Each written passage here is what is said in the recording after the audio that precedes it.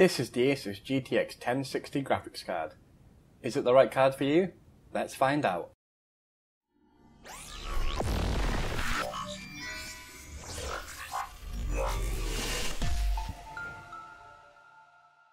The ASUS Republic Gamers GTX 1060 STRIX card features ASUS's direct CU free cooler, which uses its patented wing blade design, which is approximately 30% cooler and 3 times quieter than the standard NVIDIA GeForce reference cooler. Touching on the specifications itself, we have a very decent boost clock of 1847 MHz on the car.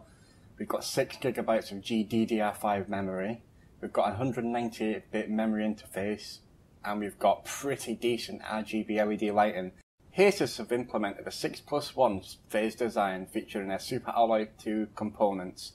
This particular card features one single 8-pin with a full TDP of 120 watt, perfect for overclocking. Please be aware, if you do overclock yourself, we are not responsible for any damaged or broken components. The STRIX 1060 includes one DVI-D connector, 2 HDMI 2.0 connectors, and 2 full-size display ports. The card also features HDCP support. When it comes to changing the RGB lighting on the STRIX 1060, Republica Gamers, or ASUS should I say, have included a nice software bundle called Aura. Now what this does, allows to not only change the colours of the LEDs on it, but it also allows you to add different light effects, such as static, which means the colour stays the same, breathing, where the colour will come in and out, strobing, obviously so forth. You know, if you're epileptic, be careful with strobing, and a colour cycle, which will go through the cycle of colours. So just to show you, I have my computer next to me, and I am going to show you basic green. So as you can see, the green is illuminated. You can change the colours of the colour wheel, so I can make it light blue. I can then make it blue. You know, you've got a full colour wheel to choose from, where you can customise the brightness of the colours as well. You know, each of the different colours does represent the colour that's on the actual wheel as well, which is fantastic, and it also syncs up and looks great combined with with the ASUS RGB motherboards, such as the B150 RGB board, or the Z170 Formula and the Z170 Hero Alpha and so forth. We're actually using the Hero Alpha with this as well. Things like the breathing in and out, it'll breathe, it'll go off, you know, it does look fantastic in my opinion. The colour cycle, it will cycle through all the colours of the RGB wheel.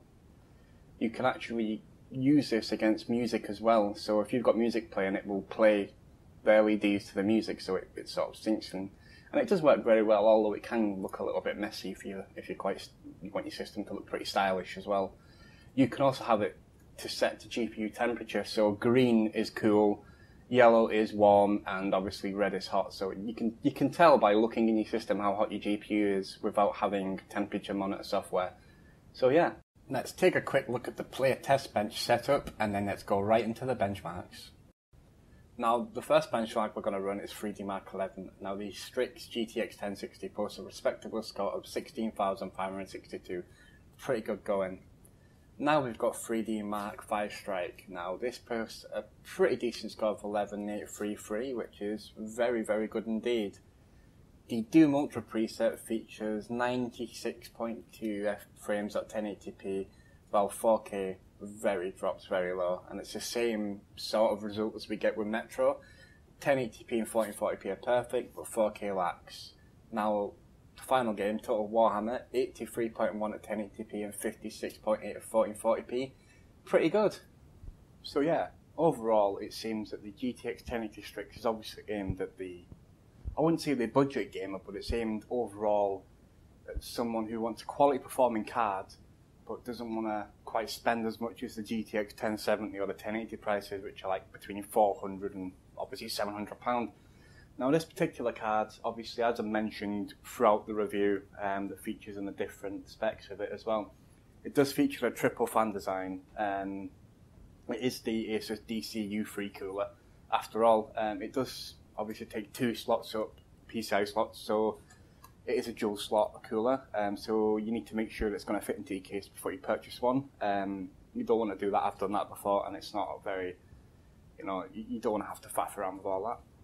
But yeah, I mean, the main features, particularly that I like about this card, is the RGB design. The RGBs come from 6 main sections on the side of the card, and obviously from the Strix logo, the Republic of Gamers logo over the side, which it looks absolutely brilliant when it's in use. As you can see through the RGB set testing, it's absolutely amazing. It's probably the best looking graphics card cooler that's on the market today.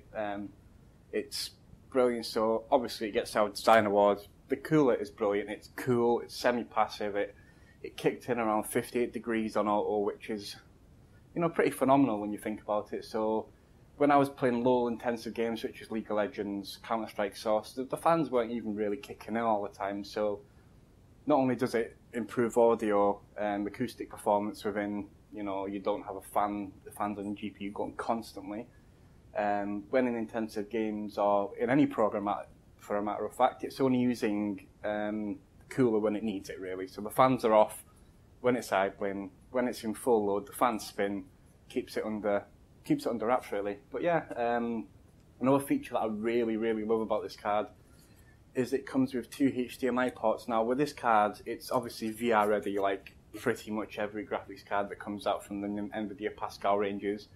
The 2 HDMIs allow you to connect not only a VR device, virtually, like the HTC Vive or the Oculus Rift, but it also allows you to connect a monitor in with a HDMI output as well. So it gives you that option as well. So it is a good VR card. It's, you know, gaming wise, it's perfect for 1080p without doubt. It's perfect. It's a very, very good card for like 1440p. Not as good as the GTX 1070 is at 1440p after all, but, you know, horses for courses, it is more expensive, and the GTX 1060 is more marketed towards people who have a decent budget for a graphics card, want good performance, but don't want to go overkill, haven't got a 4K monitor and are not interested in 4K gaming. Because after overall, this is not a 4K gaming card after all, so you've got to factor that in. Price-wise, you're looking up to around £300 for the Strix model. It is one of the top models out on the market. It overclocks very well. It does have a 6+1 phase design, as I mentioned. It obviously has what's called auto extreme technology, so it's going at 100%. When you want it, when it's meant to be 100%, it's going at 100%. It's going balls to the walls. It's a fantastic clocking card as well.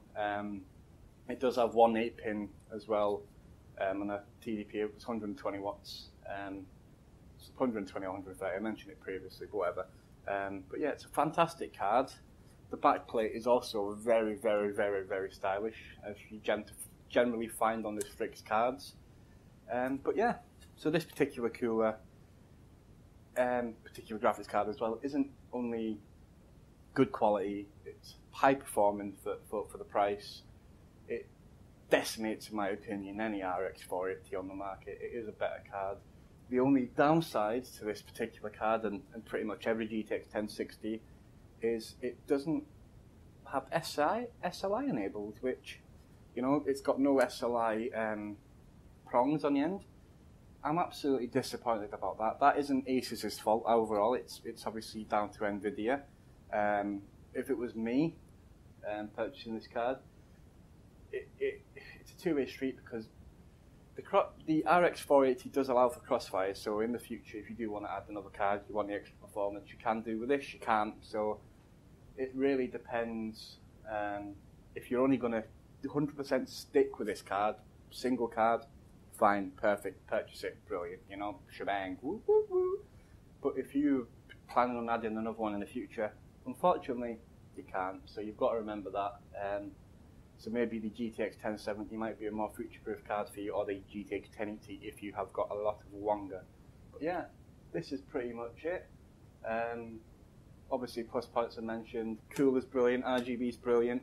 2 HDMIs for the HTC Vive or any VR product, and monitor connector, fantastic. 8-port, powerful, overclocks well, fantastic, great. Backplate, brilliant. Cons, pretty much the fact that it doesn't support SLI, but again, that isn't ASUS's fault, that is down to NVIDIA. So yeah, thanks for watching our review. If you like the way we do our videos, please click like, please subscribe to the channel, please share this on social media. We do love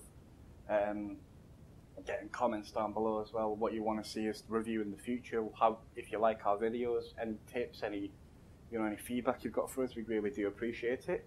But yeah, I really have to say thanks to ASUS for sending the Strix GTX 1080 card in for review. Thanks for watching, guys. That's me for tonight, and ciao for now.